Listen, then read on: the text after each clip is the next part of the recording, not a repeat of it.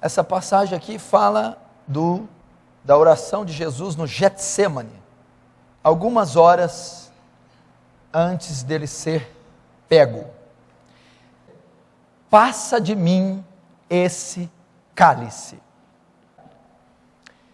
Se você lembrar, em 1517, na cidade de Wittenberg, um monge agostiniano chamado Martim Lutero afixa as 95 teses na Catedral de Wittenberg, pois até então Roma estava hostilizando todos os seus fiéis com a venda de indulgências, porque o interesse do papado era construir a Basílica de São Pedro e assim oprimir os pobres da sua fé.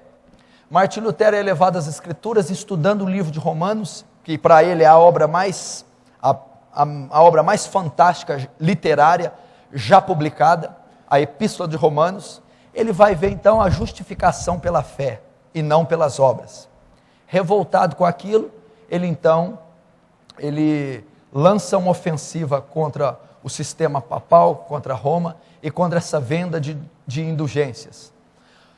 Mas tudo isso gera um conflito e ali dá início à Reforma Protestante. E mais ou menos um ano depois é convocada uma assembleia pelo imperador Carlos V, se eu não me engano, na cidade de Worms, para que Lutero se retratasse, dizendo: Lutero, o dedo mínimo do Papa é maior que toda a Alemanha. Vocês podem ser pulverizados. Mas com a proteção, o salvo-conduto do príncipe Frederico, ele comparece a essa assembleia. E qual que era o propósito? Todas as suas teses, os seus livros escritos, a sua ofensiva contra Roma, contra as bulas papais, as encíclicas, tudo o que ele escreve deveria ser revogado. Ele deveria voltar atrás, ele deveria renunciar à sua posição. E essa assembleia, esse concílio, essa reunião é marcado para que Martim Lutero diga uma palavra só: revoco, revogar, para que ele renuncie, volte atrás. Então ele diz, antes dele subir na carruagem para ir, um senhor diz, ele, meu querido amigo, você vai para uma reunião um pouco diferente hoje, tome muito cuidado, você pode não voltar vivo. E ele diz assim: se Deus sustenta a causa será sustentada. Pode haver demônios como telhas na cidade de Worms, e aquilo que o Senhor colocou no meu coração, eu vou dizer. Então se contam inúmeras histórias que Lutero passou noites orando e resistindo ao próprio diabo pela pressão que ele estava sofrendo. Então Lutero também teve um Getsêmani antes desse concílio. E o que eu quero dizer aqui para vocês hoje, com tudo isso? O que tem a ver Jesus dizer: passa de mim esse cálice? Significa que até esse momento, essa altura do campeonato, Jesus estava no ápice do seu ministério. Jesus já tinha suportado tudo que um homem normal poderia e tudo que o Messias, que era ele próprio, poderia suportar. Jesus foi atacado, criticado, rejeitado. Jesus sofreu. Jesus foi tentado, como Hebreus dizem, tudo foi tentado, mas sem pecado. Jesus passou inúmeras situações. E aqui ele está no ápice do seu ministério, do seu chamado, da sua vida terrena. E a Bíblia diz que ele está ali no alto do Getsêmani. E a pressão daquele momento foi tamanha que ele começa a transpirar sangue. Tamanha era a pressão que envolvia aquele momento do Getsêmani, ao ponto dele dizer: Pai, se for possível, passa de mim esse cálice. Então ele orava com mais intensidade ao ponto de transpirar sangue. O que eu quero dizer? A nossa vida então começa a marcar pelo Via Crucis. Nós começamos então no início da conversão, tomar a nossa cruz e o seguir. É a via dolorosa. Então todo cristão, na verdade, tem um chamado para a via dolorosa. Essa que é a verdade. Ninguém se converte para ir ao play center e para viver um playground cristão. Na verdade, a conversão se inicia com a nossa cruz. Então vamos caminhar o via crucis. E o que compreende o via crucis? Via dolorosa, o peso da cruz, o fardo da cruz, o caminho pedregoso, a hostilização. Então nossa vida é marcada por isso. Tem tentação. Muitas vezes o pecado consumado, às vezes é fácil de lidar. Às vezes não é tão difícil de lidar como a tentação. A tentação que faz termos aquela luta do espírito contra a carne, que nos faz viver em tensão, em opressão, em reprimir desejos natos do homem. E isso tudo é doloroso. Então você luta contra a carne, contra o desejo, luta contra a cultura, a nossa cultura, porque o evangelho é uma contracultura do mundo. Luta com os valores que ao nos converter, eles são invertidos. Tudo isso compreende a vida cristã. Concupiscência dos olhos, concupiscência da carne, soberba da vida, deidade do homem, autossuficiência. Travamos então as batalhas épicas da carne contra o espírito, da igreja contra Satanás, da carne contra a tentação, da vontade de Deus contra a vontade inata, adâmica, ainda inserida em nós. Nós convivemos com isso, são as batalhas. Lutamos contra a impiedade do mundo, a injustiça, a corrupção do mundo.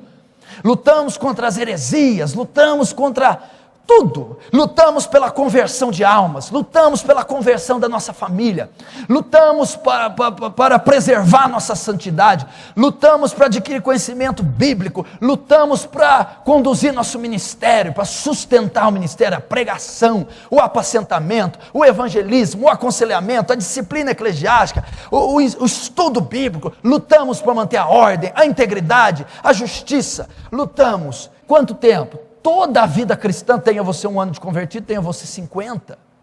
Então ela compreende essa série de pressões. E nesse interim, nesse processo de todos os anos, quando é que você consegue ter descanso ou sossego? Não há nenhum momento. Qual o dia que você não sentiu ser humano, limitado, fraco? Isso não ocorreu nenhum dia da sua vida, depois que a verdade te foi revelada. Nenhum dia mais você teve. Quanto mais os que ingressam no ministério. Esses então tinham uma luta apenas, a luta pessoal. Agora eles têm que lutar para si e para os seus liderados, para o seu rebanho. Então é tremenda luta, é desgastante, sufocante, é opressor, é descomunal a vida cristã.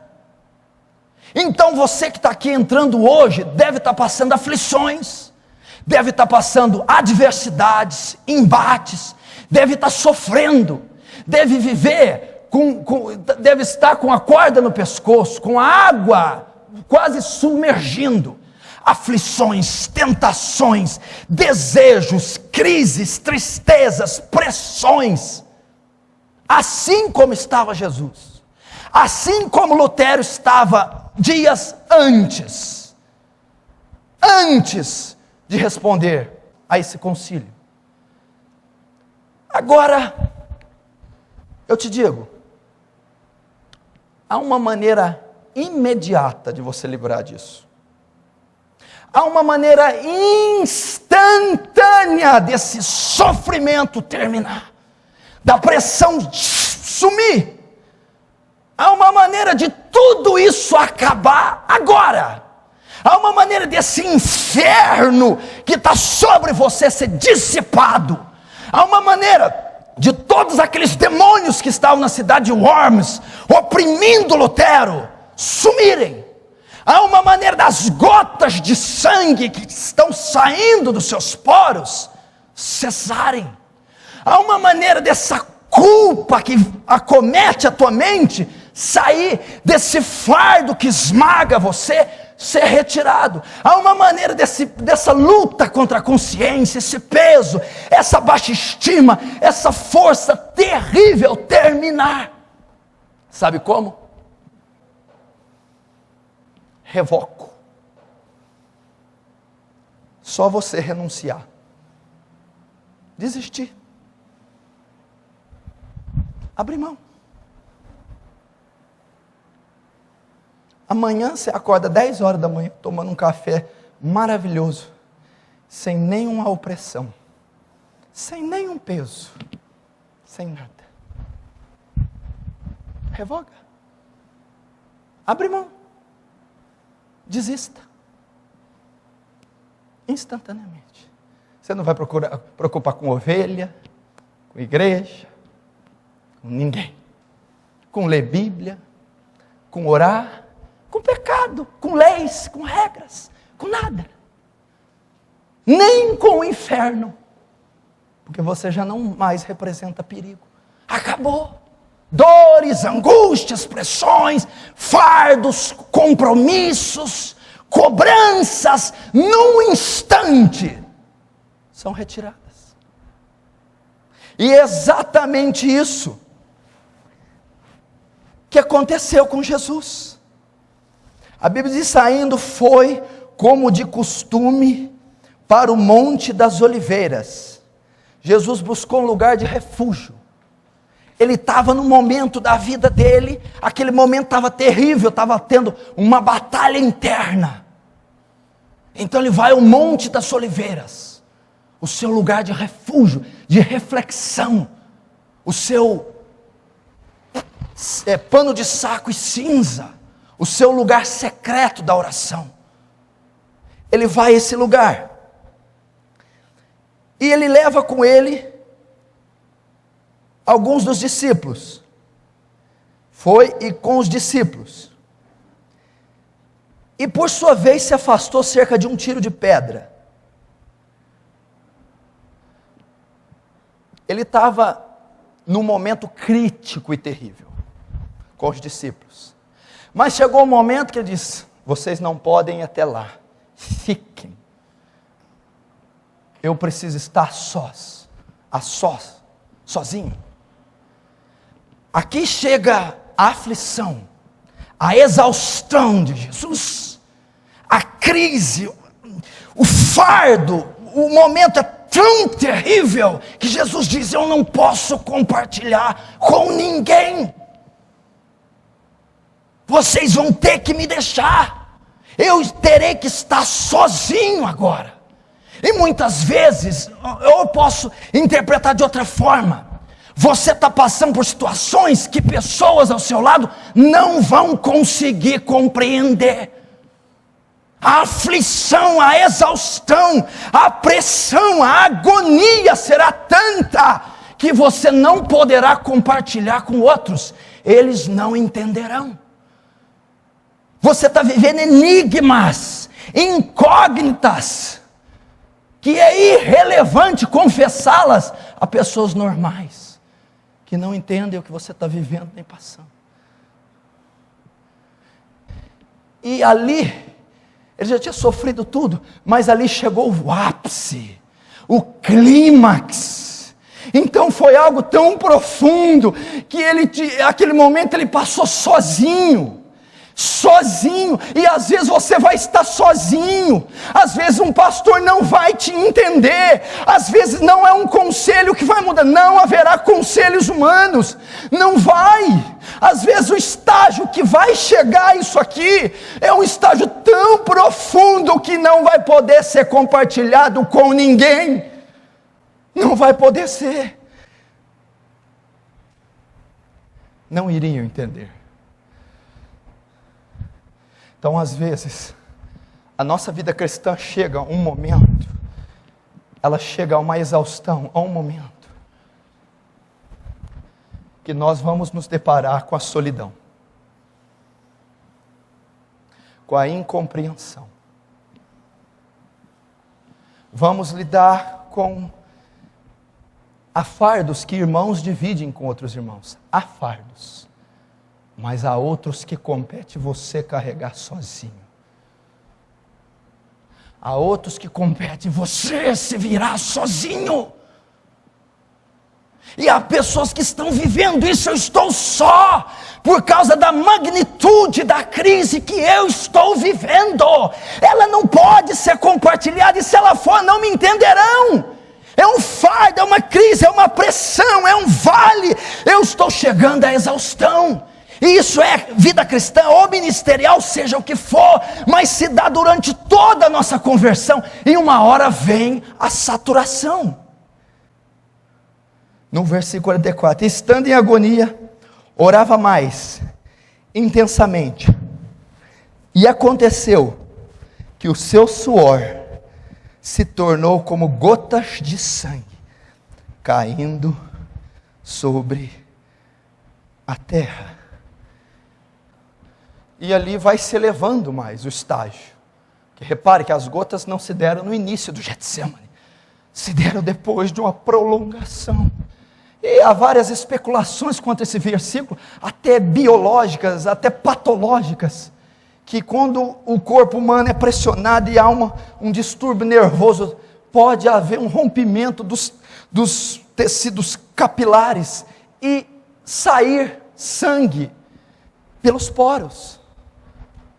Outros não concordam com isso, mas o independente disso que foi registrado, significa, não era a intensidade só com que Jesus orava, era a agonia com que Jesus orava.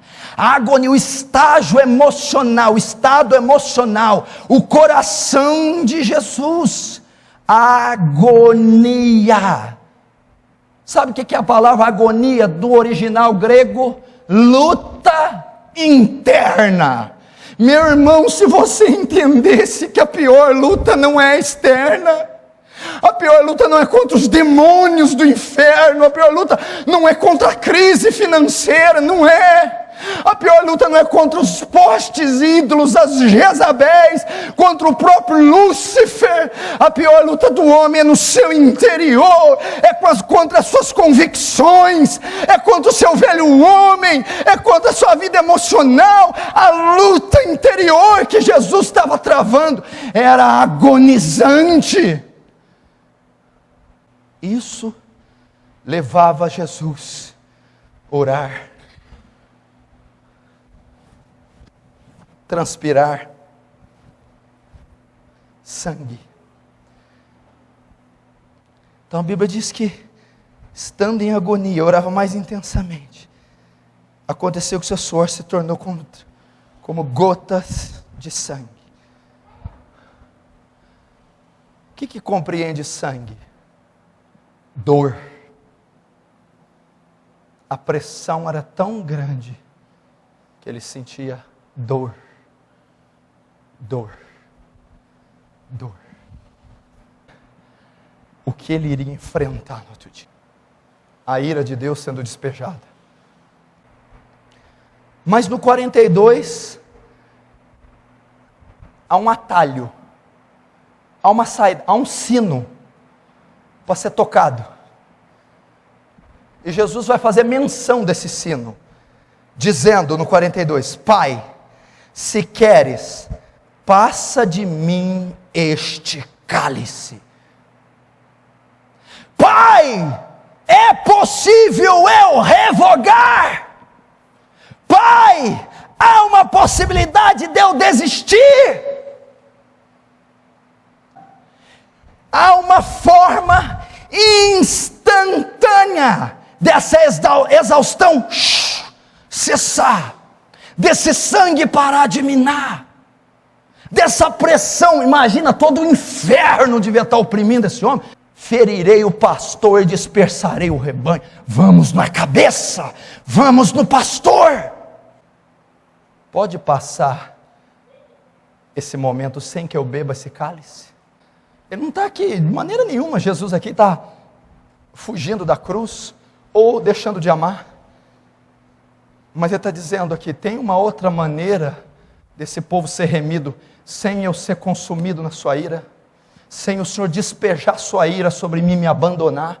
Talvez a angústia de Jesus foi ser a ausência de Deus, ou foi de conceber o pecado da humanidade, ou de descarregar a ira de Deus sobre ele, que nós não temos a dimensão disso. Não adianta fundar qualquer tese. Mas ele estava dizendo aqui, só há uma maneira de você viver sem esse fardo: revoco. Desistir. Passa de mim esse cálice. Eu abro mão do meu ministério, abro mão do meu casamento, abro mão do evangelho, abro mão da cruz de Cristo, abro mão de princípios, abro mão da verdade, abro mão da santidade, abro mão da igreja, abro mão da vida cristã. Você não pensa isso? Vamos para a praia amanhã, sexta. Para no restaurante caro, olhar o garçom e o gerente, que se explodam, vão para o inferno, não tem nada com a alma deles. Ver o Senado corrompido não é problema meu. Olhar para uma mulher, cobiçá-la, sou homem. Isso é salutar para o homem. Isso valoriza a minha masculinidade. Para que guardar olhos? Ao menos olhos. Sem culpas. Sem fardos. Vou comprar o que eu quero, sem reservas. Vou dar tudo que a minha carne está pedindo. Eu vou dizer que o número de demônios que te assolam vão cair 70%. Então eu não vou ter a pressão do céu, nem a do inferno. Ele vai me entregar como Romanos 1. Deixa eu fazer o que eu quero, sem qualquer pressão. Não tem outra maneira do seu fardo ser aliviado. Não tem outra maneira da pressão sair, pois ela nunca vai sair. A cruz nunca vai ser leve, a porta nunca vai ser larga, jamais. A palavra de Deus é irrevogável. Jamais, meu irmão, não vai haver exceções, não vai haver variação nem mudança, não vai. Enquanto vivos, o pecado será o maior inimigo do homem. No mundo tereis aflições.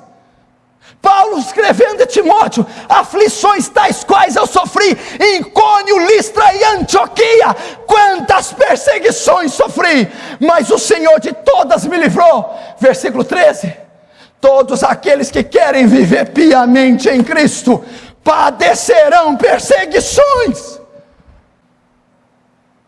Então Jesus faz essa menção, revogo. Mas aí o que acontece? Ele termina dizendo, contudo, não faça a minha vontade, mas faça a sua vontade. E obviamente a vontade de Deus foi feita. Pastor, por que eu não posso revogar? Por que eu não posso ter esse alívio? Por que eu não posso desistir, comprar uma moto 1.100 e sumir? Por que eu não posso revogar? Presta atenção, não. Esse sofrimento todo, Jesus estava sentindo as primeiras contrações. Jesus está começando a sentir as dores de parto. O Senhor estava gerando em Cristo morte e não vida. Porque, segundo a Bíblia, para se ter vida, primeiro tem que ter morte. Então, o sofrimento, a exaustão, apenas estão trabalhando para matar você, para matar o seu velho homem, para construir em você a imagem de Cristo.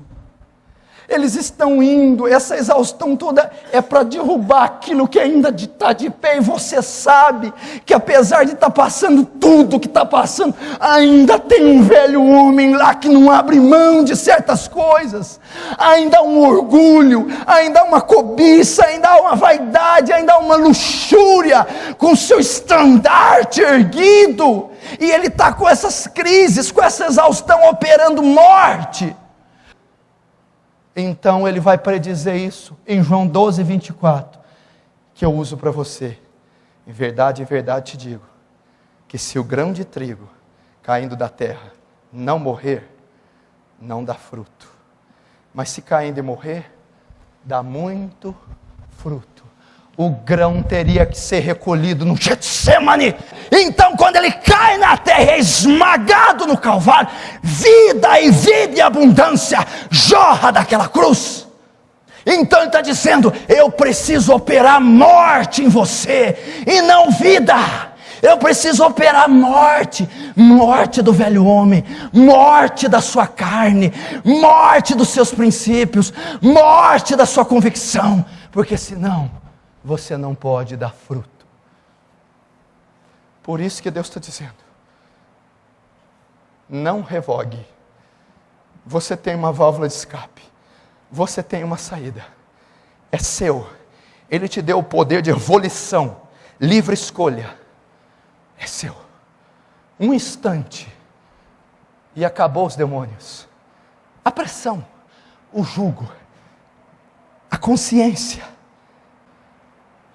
Só que você não vai ter vitória, não vai ter resultado, não vai colher, não vai ser salvo, não vai herdar a vida eterna, não vai ser feliz coisa nenhuma, nunca mais. Você não pode. Por quê? Ele quer operar a morte. Ele tem um propósito nisso. Todas as coisas cooperam para o bem daqueles que amam a Deus. Ele está dizendo: resiste, fica. Ele mesmo vai dizer para Pedro, quando Pedro corta a orelha do soldado: Pedro, não beberia eu o cálice que o meu pai me deu para beber, Pedro. Você não pode dizer: não suportaria eu aquilo que Deus me impôs para que eu suportasse. Não submeteria eu aquilo que Deus está me fazendo submeter. Como eu posso indagar ao olheiro, porque me fizeste assim? São as maneiras, é a soberania, a onisciência, a presciência de Deus, que sabe como trabalhar com a nossa individualidade. O que aconteceria se Lutero tivesse falado: revoco? O grão não iria morrer, o fruto não seria dado. O que aconteceria se Jesus tivesse dito: passe esse cálice e não faça a sua vontade? O que teria sido a trajetória da humanidade? A gente pensar: Deus ia, não sei, eu não posso presumir por Deus, infelizmente. O que seria John Huss, se quando foi condenado à fogueira, tudo o que eu disse é mentira e heresia, podem queimar, para manter a sua preservação. John Huss diz: não vou revogar, não vou renunciar aos meus escritos, somente se forem provados pelas escrituras que estão errados. John Huss ia para a fogueira. Sabe o que ia acontecer com John Huss? Se ele revoga, ele ia ficar assim com o rei, ia ser popular, ia ser reconhecido no clérigo, paz, riqueza, prosperidade, viagens. John Huss preferiu ficar 1 ano na cadeia, na masmorra, e ser sentenciado injustamente à fogueira. Mas ele não iria herdar a vida eterna. Você acha que isso não acontece comigo? Se você perguntar para minha esposa que espécie de homem ela casou, pergunte. Problemas, e-mails, pregações, convites, problemas. Então veio uma voz no meu ouvido e disse para mim: revoco. Vai passear, compra uma chácara, paz. E é lógico que ministerialmente não é o que vai falar conosco, com a massa. Na verdade, o foco aqui é o madeiro. O madeiro que é o problema. É revogar a fé. É revogar a cruz. Então muitos estão sofrendo pressão por zombaria, bullying, discriminação, impopularidade, atração física, carência emocional, por causa da cruz. E o diabo está dizendo: revoco. Acabou tudo. Você vai estar na roda deles. De zombado, você vai ser zombador.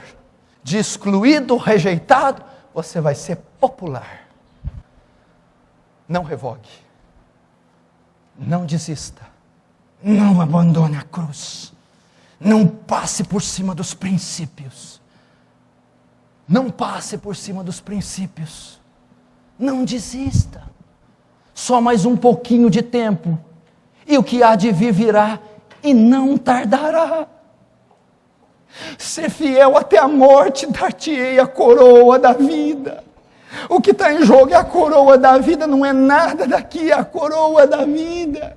Tem hora que eu estou aqui pregando, eu digo: Senhor, será que eles creem mesmo na sua volta? Será que eles creem mesmo em vida eterna? Será que no íntimo deles eles acreditam que há uma Jerusalém celeste, com portões de pérola, com um cordeiro imaculado nos esperando? Senhor, eu acho que eles não creem, eles estão tão interessados na terra, nas paixões, no dinheiro, que eles estão esquecendo, Senhor. Eles não acreditam de fato que há uma redenção, uma glorificação, que há uma incorruptibilidade nos esperando, que há um descanso, que há uma glória indizível.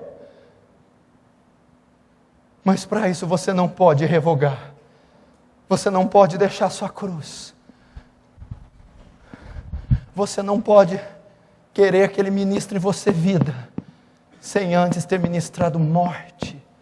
Ele precisa começar a sair as primeiras gotas de sangue, simbolizando que o velho homem vai cair, iniciando a mortificação daquelas áreas, meu Deus do céu, que ainda estão de pés, que ainda estão erigidas, para que então você tenha vida em abundância, para que então você receba o Espírito Santo na plenitude, para que então você seja regenerado, para que então você venha nascer de novo, para que então você venha, como Leonard Ravenhill diz, ter a eternidade gravada nos seus olhos, herdar a vida eterna. Nós estamos quase lá, mais um pouquinho, quase lá, está chegando, você vai conseguir, você vai cumprir, você vai derramar o sangue. Deus está dizendo para alguns: quase lá, não desiste.